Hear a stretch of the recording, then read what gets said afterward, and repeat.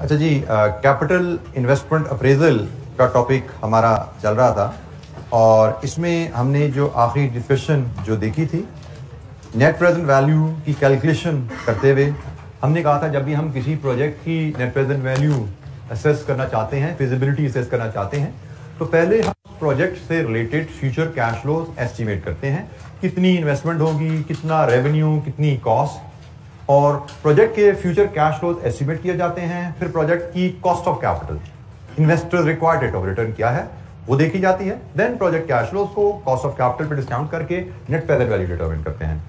यहां से डिस्कशन को थोड़ा सा हमने फिर रिफाइन करने के लिए बात शुरू की थी कि हम जो प्रोजेक्ट कैश फ्लोज जिनको लेके हम एनपीवी एनालिसिस करते हैं, वो प्रोजेक्ट कैश फ्लोज हम रेलेवेंट कैश फ्लोज लेते हैं। इररेलेवेंट कैश फ्लोज भी हमें क्वेश्चन में दिए जाएंगे, इररेलेवेंट वैल्यूज भी क्वेश्चन में दी जाएंगी, उनको हमें इग्नोर करना है। फिर हमारी डिस्कशन कुछ चली थी रेलेवेंट कैश फ्लोज के ऊपर, और उसमें हमने रेलेवेंट कैश फ्लोज की एक समरी डिस्कस की थी पहले कि डिफरेंट कैश फ्लोज जो हम कैपिटल प्रोजेक्ट्स रिलेटेड हमारे सामने आएंगे, उनमें से कैसे हम रेलेवेंट और इररेलेवेंट का फैसला करते हैं, क्या रीजंस होती हैं। और फिर हमने कुछ स्पेसिफिक डिटेल डिस्कस की थी कि अगर हम प्रोडक्ट बनाते हैं किसी प्रोजेक्ट के नतीजे में, कोई हम फैक्ट्री लगाते हैं, उससे हम कोई प्रोडक्ट बनाते हैं, उस प्रोडक्ट बनाने में मटेरियल की कॉस्ट रेलेवेंट कैसे आइडेंटिफाई करते हैं और लेबर की रेलेवेंट कॉस्ट कैसे आइडेंटिफाई करते हैं, और इनको लेके हमने कुछ बेसिक इलस्ट्रेशन जो कैपिटल लेवल की थी उनको भी हमने देखा था। तो यहां तक की डिस्कशन पे कोई सवाल? नेट प्रेजेंट वैल्यू का टूल अभी तक हमने सीखा है और अब हम उससे आगे मजीद टूल, मजीद कैलकुलेशन की तरफ जाएंगे, लेकिन साथ साथ ये एड ऑन्स भी करते जाया करेंगे, क्योंकि मैंने आपको जैसे एग्जाम में कहा था, डिस्कशन में कहा था कि सिर्फ टूल की एप्लीकेशन के नंबर तो 2-3 ही होते हैं। ज्यादा number relevant cash flows identify करना, ज्यादा नंबर इन कैश फ्लोज की कैलकुलेशन में कुछ की ट्रीटमेंट्स होती हैं उनको परफॉर्म करना। तो अब हम साथ साथ टूल भी सीखते जाएंगे, ट्रीटमेंट्स पे भी कुछ बात करते जाएंगे। जैसे हमने पहले एक एनपीवी का टूल सीखा, फिर रेलेवेंट कैश फ्लोज पे आइडेंटिफिकेशन पे बात कर ली। अब हम आगे एक और tool internal rate of return IRR सीखेंगे और उसके साथ फिर मजीद कुछ एसोसिएटेड कैलकुलेशन पे भी बात करते जाएंगे जो एग्जाम में हमें मार्क्स दिलवाती हैं। अच्छा जी, एनपीवी की डिस्कशन जो हमारी हुई उसमें हमने बात की कि हम प्रोजेक्ट कैश फ्लोज को कॉस्ट ऑफ कैपिटल पे डिस्काउंट करते हैं। से कॉस्ट ऑफ कैपिटल 10% है, हमने प्रोजेक्ट कैश फ्लोज को 10% पे डिस्काउंट किया, एनपीवी पॉजिटिव आई। इसका हमने जो कंक्लूजन निकाला था, एक तो प्रोजेक्ट फीजिबल है, लेकिन उसके बैकएंड पे जाएं, प्रोजेक्ट को हम फीजिबल क्यों डिक्लेयर कर रहे हैं? क्योंकि प्रोजेक्ट में जो हमने पैसा लगाया उस पैसे का जो इन्वेस्टर है वो हमसे 10% मांग रहा था। हमने प्रोजेक्ट को 10% डिस्काउंट किया, मतलब इन्वेस्टर को उसका 10% दे दिया, फिर हम इन्वेस्टर को उसका प्रिंसिपल भी वापस कर दिया। पॉजिटिव एनपीवी बता रही है कि इन्वेस्टर को उसकी रिटर्न, उसका प्रिंसिपल देने के बाद भी हमारे पास कुछ बचा। इसका मतलब इन अदर वर्ड्स प्रोजेक्ट 10% से ज्यादा कमा रहा है। नेगेटिव एनपीवी पे हम प्रोजेक्ट रिजेक्ट क्यों करते हैं? क्योंकि नेगेटिव एनपीवी में कहती है कि अगर इन्वेस्टर का रिक्वायर्ड रिटर्न 10% है, एनपीवी नेगेटिव आ रही है, इसका मतलब है प्रोजेक्ट 10% से कम कमा रहा है। एनपीवी का टूल वैसे तो बेस्ट टूल है, मतलब टेक्निकली इससे बेहतर टूल आगे आप नहीं पढ़ेंगे, सीफएफ में भी नहीं पढ़ेंगे, this is considered the best tool. लेकिन इसकी एक छोटी सी लिमिटेशन है। वो लिमिटेशन ये है कि एनपीवी ये तो बता देगा प्रोजेक्ट फीजिबल है, प्रोजेक्ट फीजिबल नहीं है। एनपीवी ये तो बता देगा प्रोजेक्ट 10% से ज्यादा कमा रहा है या 10% से कम कमा रहा है। जब कभी कॉस्ट ऑफ कैपिटल हमारी 20% होगी तो ये तो बताएगा जी 20% से ज्यादा कमा रहा है, 20% से कम कमा रहा है। लेकिन प्रोजेक्ट कितने % रिटर्न दे रहा है, ये भी एक की इंफॉर्मेशन है जिसमें बिजनेसमैन इंटरेस्टेड होते हैं। लेकिन एनपीवी ये इंफॉर्मेशन हमें नहीं देता कि प्रोजेक्ट कितने % रिटर्न कमा रहा है। This information is not available in NPV. अगर हम जानना चाहते हैं कि एक प्रोजेक्ट कितने % रिटर्न कमा रहा है, उसके लिए हम इंटरनल रेट ऑफ रिटर्न का टूल यूज करते हैं।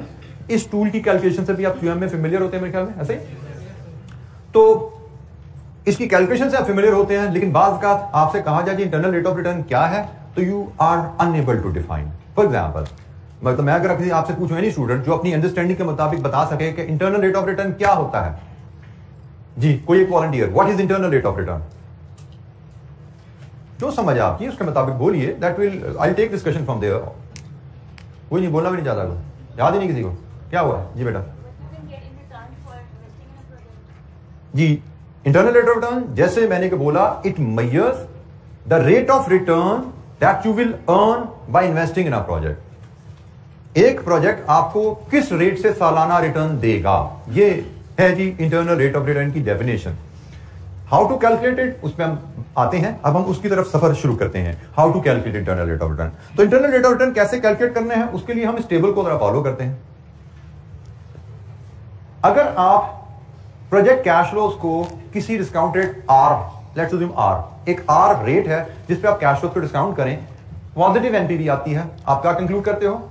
प्रोजेक्ट का रेट ऑफ रिटर्न आर से ज्यादा है, ऐसा ही है। सिमिलरली आप प्रोजेक्ट को आर पे डिस्काउंट करो, आर इज अ रेट जिसपे एनपीवी नेगेटिव आ जाए, तो आपका कंक्लूजन क्या है? Project rate of return R से कम है। इसी को लेकर चलते हुए अगर आप प्रोजेक्ट कैश फ्लोज को आर पे डिस्काउंट करो और एनपीवी 0 आ जाए, तो आप आसानी से कंक्लूड कर सकते हो इसका मतलब है कि project rate of return R के बराबर है। ठीक हो गया? तो यहां से हमने आईआरआर कैलकुलेट करने का तरीका सीख लिया कि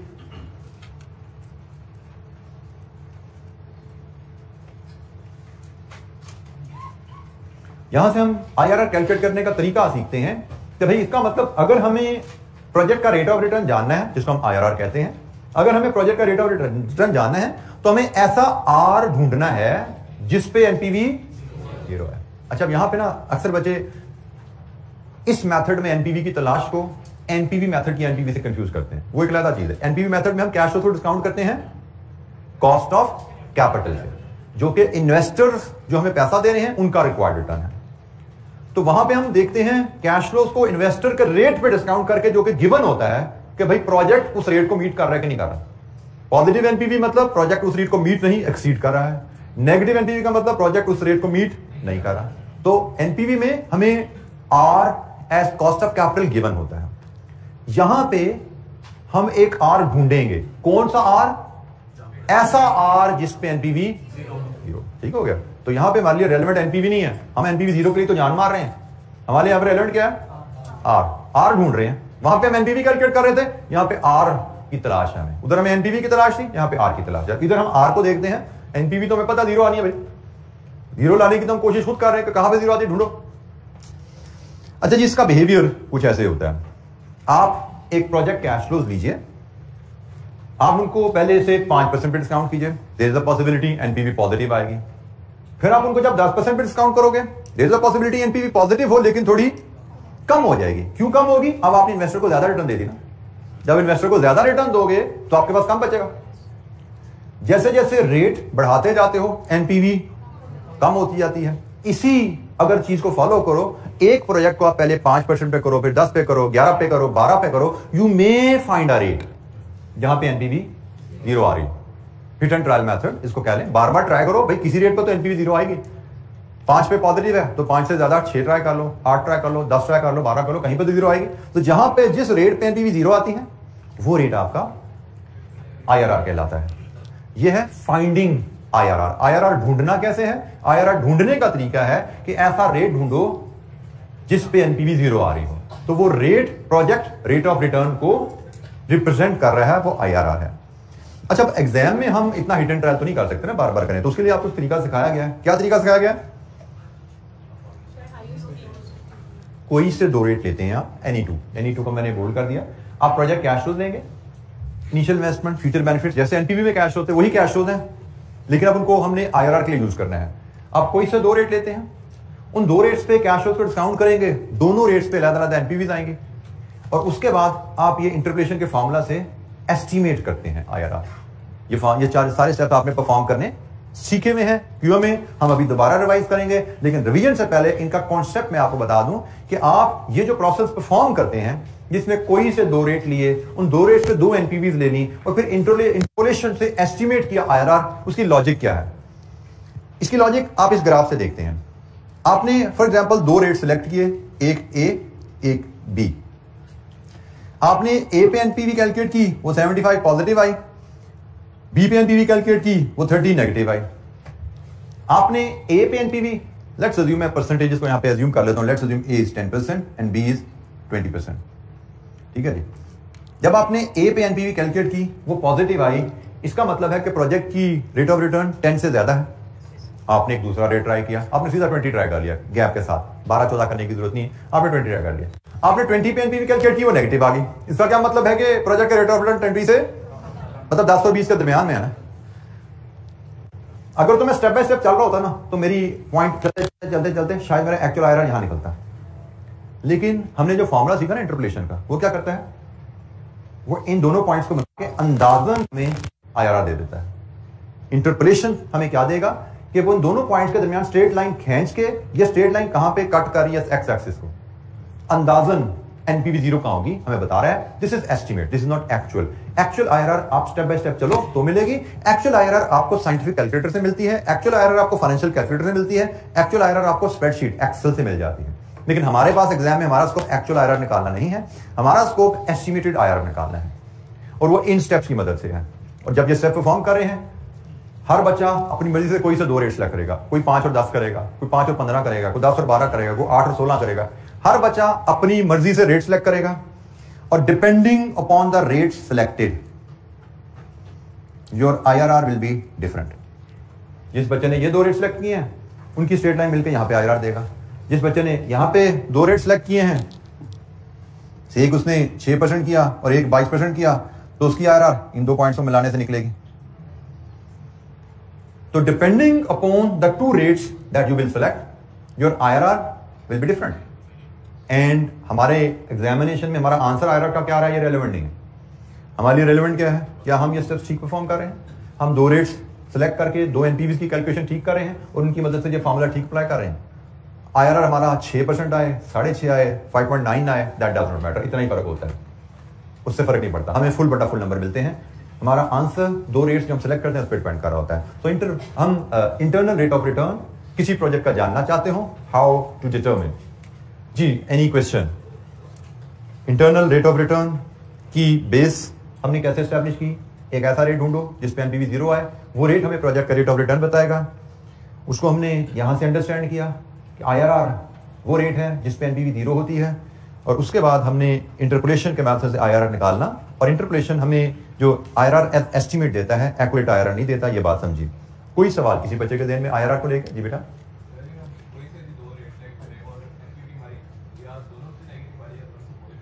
कोई इशू नहीं, कोई इशू नहीं है। दोनों पे पॉजिटिव आ जाए तो भी चलता है, दोनों पे नेगेटिव आ जाए तो भी चलता है। एस्टिमेशन है ना, मतलब दोनों पे नेगेटिव का मतलब क्या है, आपके एक पॉइंट ये है और से एक पॉइंट ये है, यही है ना दोनों नेगेटिव का मतलब। तो भाई इंटरपोलेशन लगाओगे, इन दोनों पॉइंट को मिलाओगे, आईआरआर 2 चलेगी। दोनों पे पॉजिटिव का मतलब क्या है, एक पॉइंट ये है और मे भी एक पॉइंट ये है, इन दोनों को मिलाओगे, दैट्स इट, कोई इशू नहीं, जहां से मर्जी गुजरे। रिक्वायरमेंट यही है, कोई से 2 रेट, उन पे 2 एनपीवीज और इंटरपोलेशन। मतलब अक्सर मुझे बच्चे मिलते हैं जिनको कहा जाता है कि एक पे पॉजिटिव है एक पे नेगेटिव हो, फ्री का आईआरआर आता है। This is not the case. आप ये, हाँ, इसको मैं मजीद रिफाइन कर देता हूं डिस्कशन को, क्योंकि आप लोगों ने आईआरआर पढ़ा है पहले। आईआरआर इज एन एस्टिमेट, इसकी एक्यूरेसी, एस्टिमेट है ना, एस्टिमेट की एक्यूरेसी भी होती है, एक्यूरेट एस्टिमेट है या नहीं, आप दो हमारे स्कोप में नहीं है वो कि हम एक्यूरेट एस्टिमेट लगाएं। हमारे स्कोप में है एस्टिमेटेड आईआरआर देनी है, जो मर्जी रेट लेके दे दो। लेकिन इसकी एक्यूरेसी बेहतर होगी अगर आप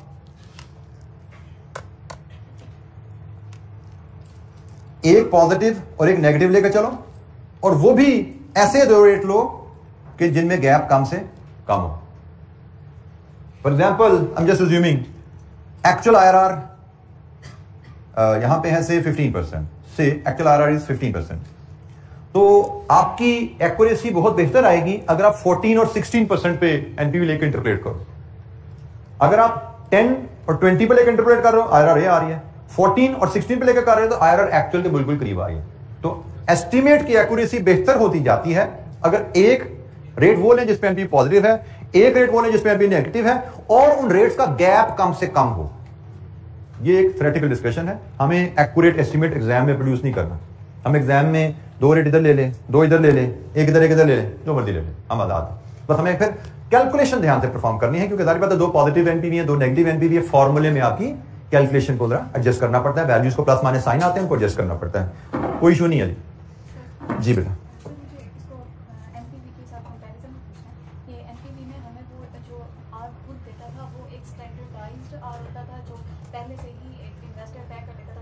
मुझे इतनी रिटर्न चाहिए, बिल्कुल। और यहाँ पे हम सिंपली ये देखें कि हमारा प्रोजेक्ट कितना कमा के दे रहा है, फिर हम उसको कंपेयर करेंगे कि हम कितना। जी, डिसीजन बिल्कुल ऐसा ही है। डिसीजन रेट की हमने बात अभी करनी है। फिलहाल तो हम, आपने बिल्कुल ठीक कहा, एनपीवी में हमें एक टारगेट रिटर्न दिया जाता है। कभी इन्वेस्टर इतनी रिटर्न मांगता है, आप देखिए आपका प्रोजेक्ट इतनी रिटर्न दे रहा है या नहीं दे रहा।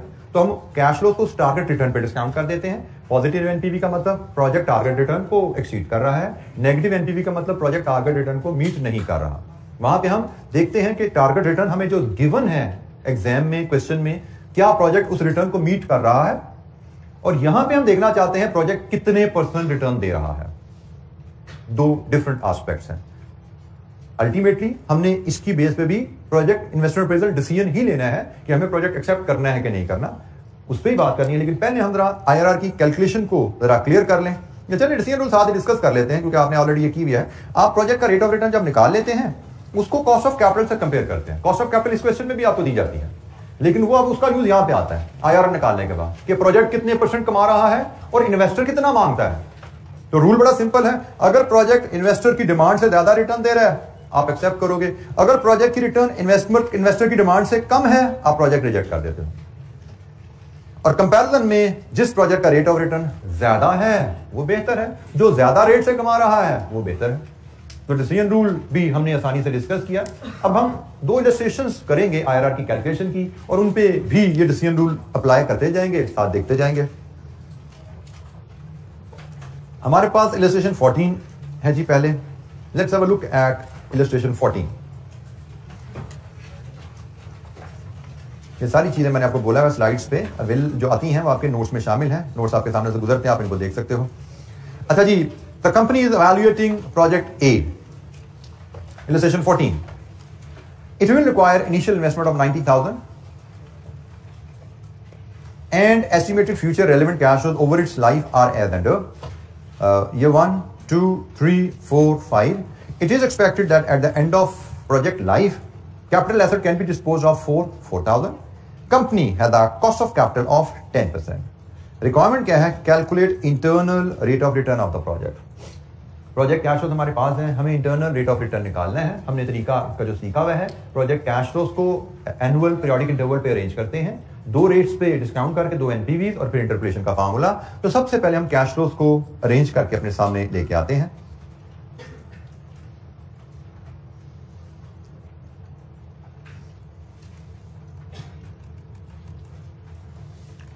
फॉर्मेट में मुझे जो चाहिए, मुझे दो डिस्काउंट फैक्टर और दो उनकी प्रेजेंट वैल्यू के लिए कॉलम चाहिए। तो ये दो कॉलम मेरे हो गए जी डिस्काउंट फैक्टर और दो प्रेजेंट वैल्यूज के। राइट साइड से हम कॉलम ड्रॉ करना शुरू करते हैं। एक कॉलम मुझे कैश फ्लोज के लिए चाहिए और एक कॉलम मेरा पीरियड के लिए, ईयर्स के लिए है। तो मुझे जो डाटा दिया गया है उसके मुताबिक मेरी इन्वेस्टमेंट है, ईयर वाइज हम चलते हैं और कैश फ्लोज हम लेते हैं रुपीज़ में। तो मेरी इन्वेस्टमेंट है 90,000 की। इन्वेस्टमेंट को हम आउटफ्लो ब्रैकेट में शो करते हैं। फिर इसके बाद मेरे इनफ्लोज शुरू हो जाते हैं। प्रोजेक्ट इनफ्लोज हैं जी, हमारे प्रोजेक्ट नेट इनफ्लोज हैं, हमें क्वेश्चन में जो बताए गए हैं। ईयर वाइज 1, ये इन्वेस्टमेंट प्रेजेंट में होती है। इस प्रेजेंट में हम इसको टुडे ले लेते हैं, आज हम इन्वेस्टमेंट करेंगे, और उसके बाद 2, 3, 4 और 5 साल तक प्रोजेक्ट चलता जाएगा। और हमारी कैश फ्लोज पहले साल बाद 40,000, 30,000, 20,000, 20,000 और आखिरी साल में 20 + 4 मैं इसको 24,000 ले लेता हूँ। ठीक है जी, क्योंकि 4,000 में एसेट बिक्री तो जाना है, तो मैं उसको भी इसमें 20,000 में ऐड कर लेता हूँ। ये जी मेरे पास प्रोजेक्ट कैश फ्लोज आ गए हैं। अब मुझे दो डिफरेंट रेट्स पे एनपीवीज कैलकुलेट करनी है। रेट्स की selection, although we are at liberty to select any two rates, लेकिन एक जनरल गाइडलाइन है कि आप एक रेट कॉस्ट ऑफ कैपिटल से नीचे ले लिया करें और एक रेट कॉस्ट ऑफ कैपिटल से ऊपर ले लिया करें। जनरल गाइडलाइन है। तो हमें कॉस्ट ऑफ कैपिटल कितना दिया गया है? 10%।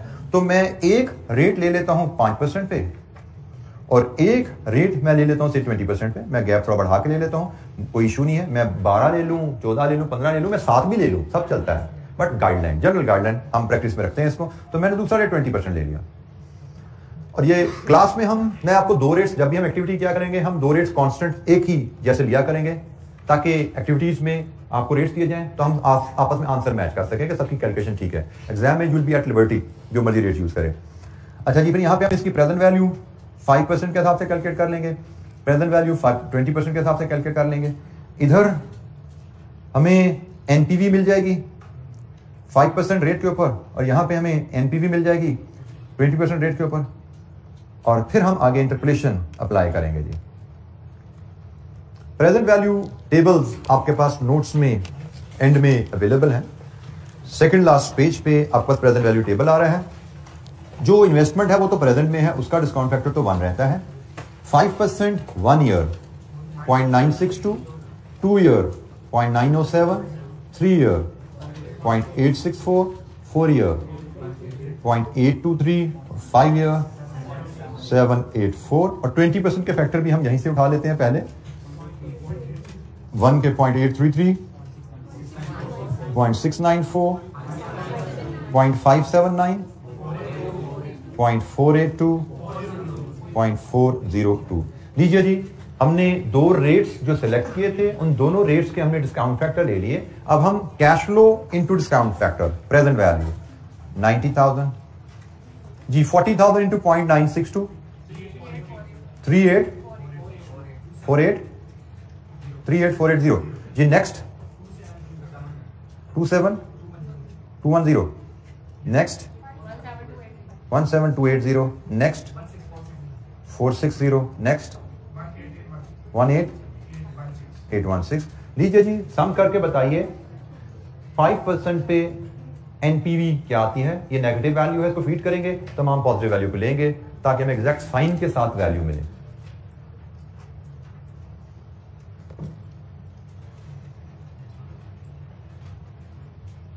एनपीवी ऑफ दिस प्रोजेक्ट अगर हम 5% पे कैलकुलेट करें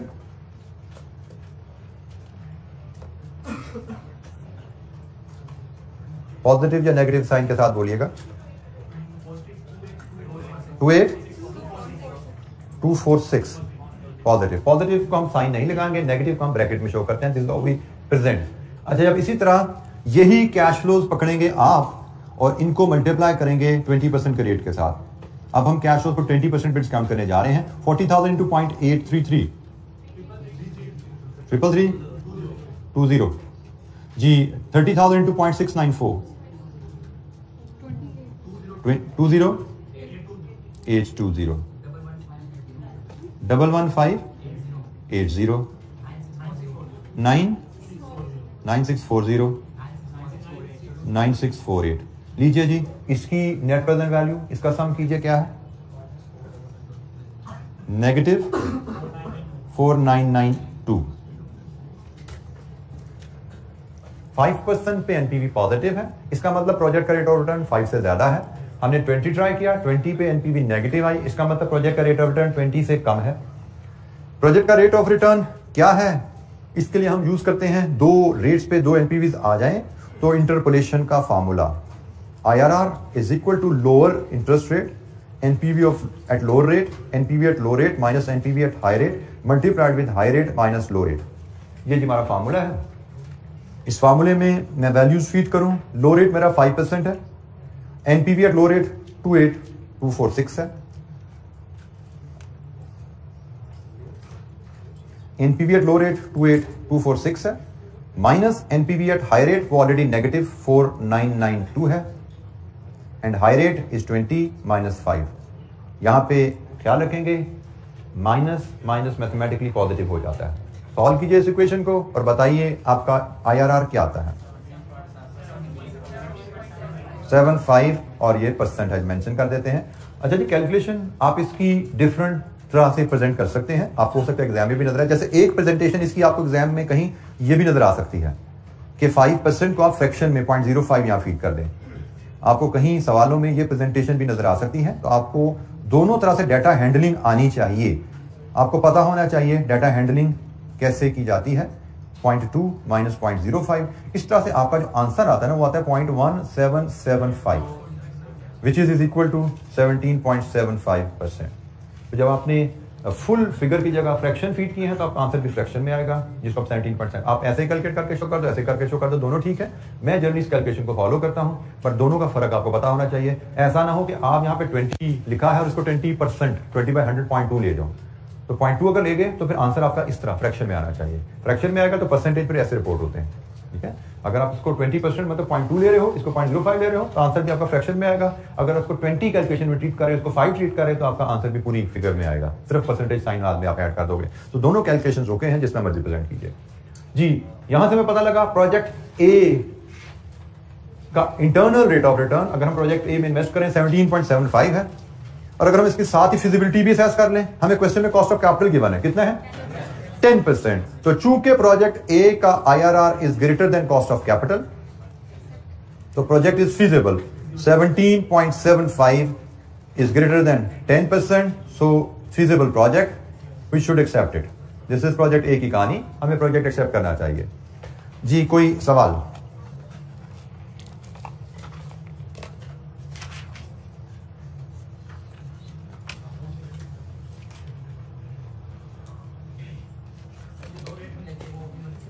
जी बिल्कुल, एनी टू। बेटा पॉइंट में लेंगे तो इतनी मुश्किल मर्जी क्यों करना चाहते हो आप? फैक्टर कहां से लाओगे? टेबल से वो कर लें आप जो मर्जी, 2.25 ले लो, 3.75 ले लो, लेकिन फैक्टर आपको कैलकुलेटर पे कैलकुलेट करने पड़ेंगे and you will be making your life difficult. तो हमने एग्जाम में जिंदगी आसान रखनी है, जहां पे हमें लिबर्टी दी जाए हम वो काम करेंगे जिससे हमारी जिंदगी आसान होती हो जी। एनी क्वेश्चन, कोई सवाल? इसका आर तो यहाँ पे डिस्कस नहीं ना हुआ। यहाँ पे तो हम जानना चाह रहे हैं प्रोजेक्ट सालाना किस रेट से कमा के दे रहा है। इंटरनल रेट ऑफ रिटर्न है क्या? ये प्रोजेक्ट सालाना क्या रेट ऑफ रिटर्न कमा रहा है। This is 17.75% per annum. Project सालाना 17.75% कमा रहा है। और यहाँ पे आए तो यहाँ पे हम क्या देख रहे हैं, प्रोजेक्ट तो 17.75 कमा रहा है, इन्वेस्टर कितना डिमांड कर रहा है? इन्वेस्टर को हमने 10% देना है, तो प्रोजेक्ट इन्वेस्टर की रिक्वायरमेंट से ज्यादा कमा रहा है, इसलिए हम इसको फिजिबल डिक्लेयर कर रहे हैं। आर, अब कहीं सिर्फ आर की बात को भूल जाओ। सिंपल आर इज नथिंग, या कॉस्ट ऑफ कैपिटल है या IRR है।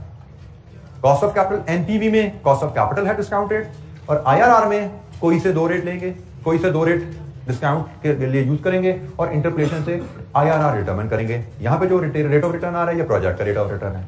तो आर तो पहले एक दूसरे दिन की बात थी, जब हमें कॉस्ट ऑफ कैपिटल का मतलब नहीं पता था, जब हमें इंटरनल रेट ऑफ रिटर्न का मतलब नहीं पता था। अब जब हम कॉस्ट ऑफ कैपिटल जान चुके हैं, जब हम इंटरनल रेट ऑफ रिटर्न को जान चुके हैं, तो अब हम रिटर्न रेट ऑफ रिटर्न की जब बात किया करेंगे तो या वो प्रोजेक्ट का रेट ऑफ रिटर्न होगा या वो इन्वेस्टर का रेट ऑफ रिटर्न होगा। ठीक है, तो आर वैसे आर इज नथिंग नाउ जी। एनी क्वेश्चन, कोई सवाल? अच्छा जी, एक रिपीट एक्टिविटी कीजिए। इलस्ट्रेशन 15 में आपके पास प्रोजेक्ट बी का डाटा अवेलेबल है, जिसमें इन्वेस्टमेंट 20,000 की है। ये कैश फ्लोज है जी उसके 10,000, 8,000, 6,000, 4,000, 4,000 और रेजिडुअल वैल्यू 2,000 है। इसका कॉस्ट ऑफ कैपिटल भी 10% है। ये आपकी क्लास एक्टिविटी है। आप मुझे इसमें से वैल्यूज एक्सट्रैक्ट करके देंगे। मैं गाइडलाइन आपको दे रहा हूं जिसके मुताबिक आप वैल्यूज देंगे। हम इलस्ट्रेशन 15 में आप मुझे शेयर करेंगे एनपीवी एट से 5%, यही 2 रेट्स में आपको प्रपोज करता हूं। एनपीवी एट 20% और फिर IRR ऑफ प्रोजेक्ट बी। हमने यहां पे IRR of project A calculate कर लिया है। अब IRR ऑफ प्रोजेक्ट बी आपने निकालना है। सेम फॉर्मेट आप यूज करेंगे, सेम फॉर्मेट्स, ये जो फॉर्मेट हमने यूज किया इसी को यूज करेंगे। सिर्फ बदलना क्या है आपने, यहाँ पे कैश फ्लो, यहाँ पे अब कैश फ्लो आप प्रोजेक्ट बी के ले लेंगे, फैक्टर भी यही आपके चलने हैं और कैश फ्लो को फैक्टर से मल्टीप्लाई कर इसी फॉर्मेट पे 2 एनपीवी निकालनी है। मुझे आपने ये फाइनल वैल्यू शेयर करनी है। ये एनपीवी क्या आ रही है, ये एनपीवी क्या आ रही है और इंटरप्रेशन के बाद IRR क्या आ रहा है। तो मैंने आपके सामने फॉर्मेट कर दिया है। कैश फ्लो प्रोजेक्ट बी के आप अपने नोट से देखिए, तो इस फॉर्मेट को आप कॉपी कीजिए। कैश फ्लो दीजिए प्रोजेक्ट बी के इलस्ट्रेशन 15 में, और रेट भी मैंने क्या दिया, एक 5%, एक 20%, यही 2 रेट लेके चलिए।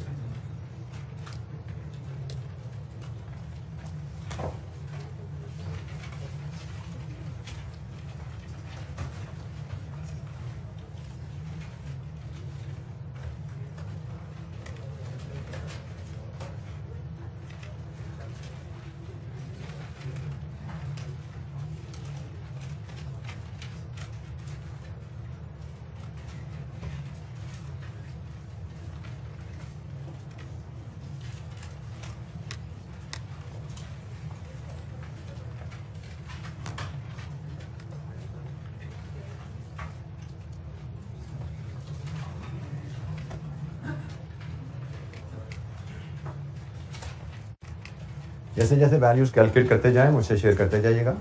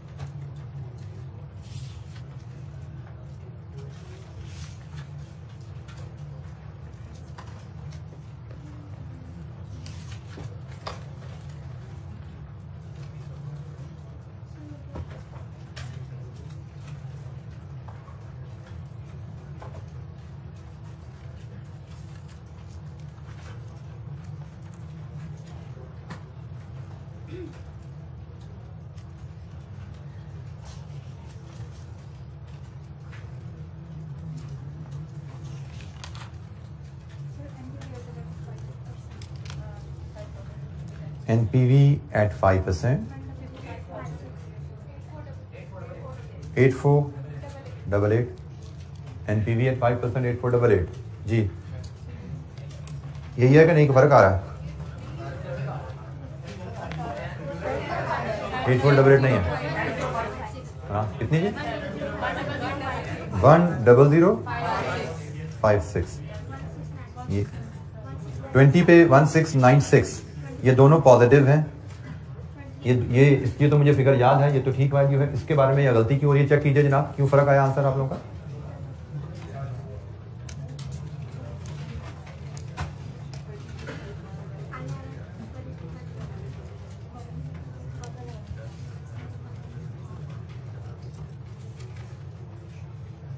बेटा ये 6000 है, आखिरी ईयर 5 का कैश हो 6000 है भाई, उसमें रेजिडुअल वैल्यू भी ऐड करनी है, तो I believe that is the mistake. शायद रेजिडुअल वैल्यू ईयर 5 में आप लोग ऐड करना भूल गए, जिनकी वैल्यू कम आ रही है। ईयर 5 में कैश फ्लो आपका 6000 है, तो ये जनाब 10056 probably it should be the right answer, ऐसा ही है जी। तो IRR क्या है जी? 23.04%। हमारी NPV 20% पे भी पॉजिटिव आई है, इसका मतलब है कि हमारा IRR 20 से ज्यादा होगा, हमें ये पता होना चाहिए। अगर किसी वजह से हमारा आंसर 20 से कम आ रहा होता तो हमें पता लग जाना चाहिए था गलती हो गई है कोई। 20% पे पॉजिटिव NPV का मतलब है प्रोजेक्ट का रेट ऑफ रिटर्न 20 से भी ज्यादा है जी जनाब। ये हमारे पास इलस्ट्रेशन 15 की वैल्यूज हैं, 5% पे NPV, 20% पे NPV, दोनों पॉजिटिव हैं। इंटरप्रेशन इस्तेमाल किया, बस फर्क सिर्फ क्या होगा इंटरप्रेशन में कि आप जब इसको यूज करने जाएंगे IRR में, तो 5 प्लस 10056 ओवर 10056 माइनस, अब ये माइनस माइनस प्लस नहीं होगा, सिर्फ ये फर्क रह गया। तो आपने देखा दोनों पॉजिटिव NPV है, उनसे भी इंटरपोलेशन हो जाती है, बट मैथमेटिकली आपको देखना पड़ा कि भैया अब हमने पॉजिटिव नहीं किया, ये नेगेटिव रह गया है।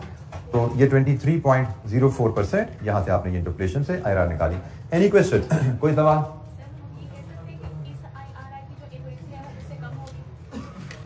किससे कम होगी जी? अगर हम एस्टिमेट की एक्यूरेसी पे बात करना चाहें कि भाई IRR जो हमने एस्टिमेट किया है उसकी एक्यूरेसी किस प्रोजेक्ट की IRR में बेहतर है, यस, पॉजिटिव और नेगेटिव को इंटरप्रेट करके जो IRR आती है, पॉजिटिव NPV और नेगेटिव NPV को इंटरप्रेट करके जो IRR आती है, इसमें गलती कम है, ये एक्चुअल IRR से करीब तर है, और पॉजिटिव को करके जो आ रही है शायद इसमें एक्यूरेसी कम है, इसमें गलती ज्यादा है। But again having said this, ये हमारे स्कोप में नहीं है, गलती कम है या ज्यादा, नॉलेज के लिए हमने सीख लिया, बात कर ली, एग्जाम में ये रेलेवेंट नहीं है। एग्जाम में हमने जो प्रोजेक्ट A की IRR की उसके भी 10 नंबर मिलेंगे, हमें प्रोजेक्ट B की IRR की इसके भी पूरे 10 मिलेंगे, हमारा कोई नंबर नहीं कटेगा। एग्जाम में एक्यूरेसी की रिक्वायरमेंट हमारी नहीं है, सिर्फ इंटरपोलेशन के थ्रू, कोई से 2 रेट लेके इंटरपोलेशन के थ्रू IRR डिटरमिन करना हमारी ये रिक्वायरमेंट है जी। बेटा सॉरी, ग्राफ नहीं बेटा, ग्राफ सिर्फ लर्निंग के लिए, एक्सप्लेनेशन के लिए आपको बताया गया जी। बेटा आपका आंसर डिफरेंट आ रहा होगा राउंडिंग ऑफ की वजह से, unless you have made an error, unless आपने गलती की हो, तो फिर राउंडिंग ऑफ की वजह से आपका डिफरेंस आ रहा होगा। फॉर एग्जांपल आपकी क्या वैल्यू आ रही है, ये क्या आ रही है?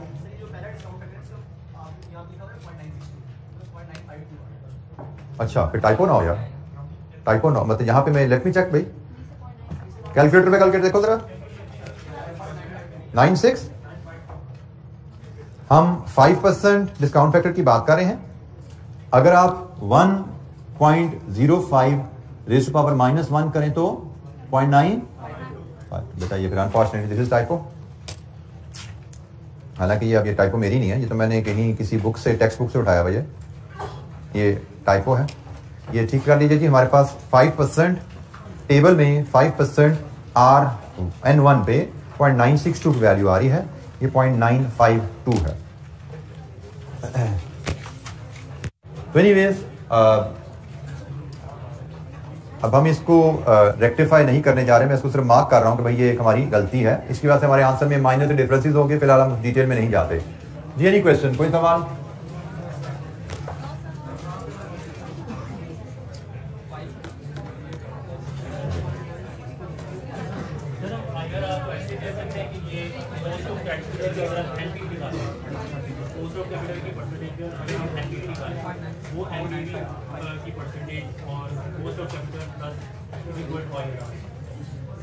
इतनी मुश्किल बात क्यों करना चाह रहे हो? ये तो मुझे भी समझ नहीं आई तुमने कह दिया।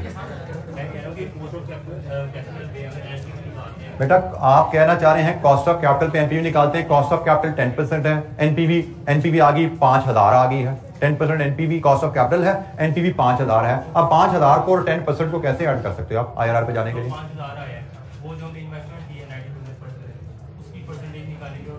करके देखना, जब बराबर हो जाए तो फिर बात करना। बराबर हो गया? नहीं ना हुआ, इसका मतलब ठीक नहीं है, इसका मतलब दिस कांट बी डन। ठीक है, फर्क है जी। Any question? कोई सवाल? कोई सवाल? हमें IRR internal rate of return, project का रेट ऑफ रिटर्न जानना है, और net present value project target return को मीट कर रहा है कि नहीं कर रहा, हमें यह जानना है। हमें इन दोनों को कंपेयर करना है डिस्कशन की हद तक। इनकी वैल्यूज को मिलाने की कोशिश करना थोड़ा सा आपकी स्कोप से बाहर होगा। मे बी आप थोड़ा सा और रिसर्च कर लें, थोड़ा सा और सीख लें, तो शायद इसको एग्जैक्टली मैच करने का मैथमेटिक्स जान पाएं। देखिए ना, मैथमेटिक्स है, मैथमेटिकली हम कहीं ना कहीं इनको मिला पाएंगे, बट स्कोप में नहीं है। तो जो स्कोप का काम है वही काम कर लें तो बड़ी बात है हमारे लिए जी। Any question? कोई सवाल?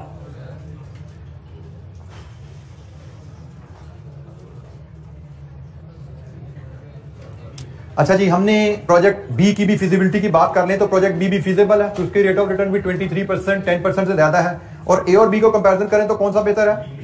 बी, क्योंकि बी का रेट ऑफ रिटर्न ए से ज्यादा है। अच्छा जी, एक कैलकुलेशन एनपीवी आईआरआर की मजीद देखते हैं। इलस्ट्रेशन 16 हमारे पास है। Illustration 16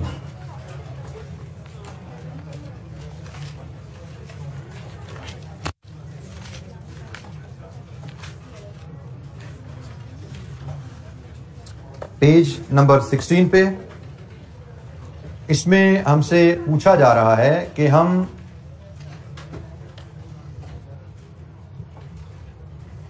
calculate the internal rate of return of the project and decide whether the project is feasible.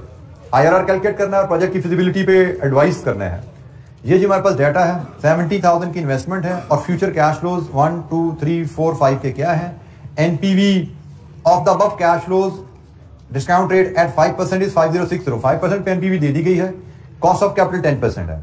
इसका मतलब हमें सिर्फ एक कोई रेट लेना है जिस पे एनपीवी लेनी है। इस इलस्ट्रेशन में हमें एक रेट पे एनपीवी दे दी गई है, हम कोई सा दूसरा रेट लेकर उस पे एनपीवी निकालेंगे और फिर इंटरप्रेशन करनी है। हमें दो रेट्स पे दो एनपीवी अब नहीं करनी, एक पे दे दी गई है, तो हम दूसरा रेट हम 15% लेते हैं जी। आप इन कैश फ्लोज की, ये इनिशियल इन्वेस्टमेंट है और ये पूरे कैश फ्लोज हैं, आप एनपीवी एट 15% कैलकुलेट कीजिए क्या आती है, और फिर इंटरपोलेशन से आईआरआर ले लेंगे।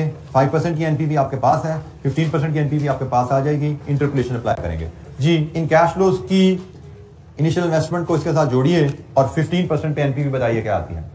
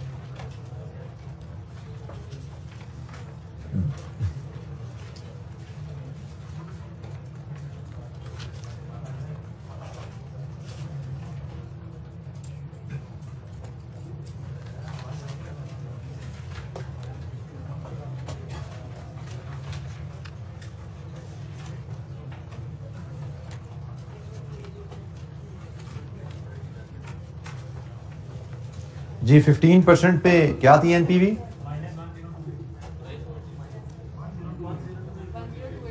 $10,280 नेगेटिव।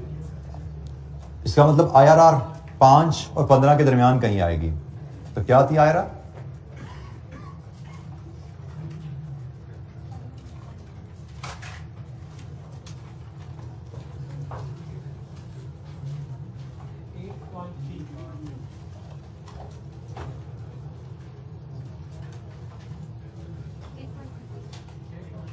8.3%। जनरली रेट्स हम 2 डेसिमल तक वर्कआउट करते हैं, तो 30 लिखूंगा।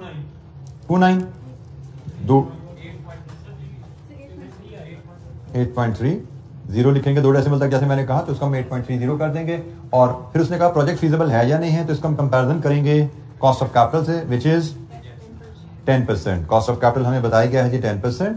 तो 10% से तो इसके मुताबिक project is not feasible, project feasible नहीं है, क्योंकि इसका rate of return cost of capital से कम है। इन्वेस्टर 10% डिमांड कर रहा है, ये 8.3% देता है।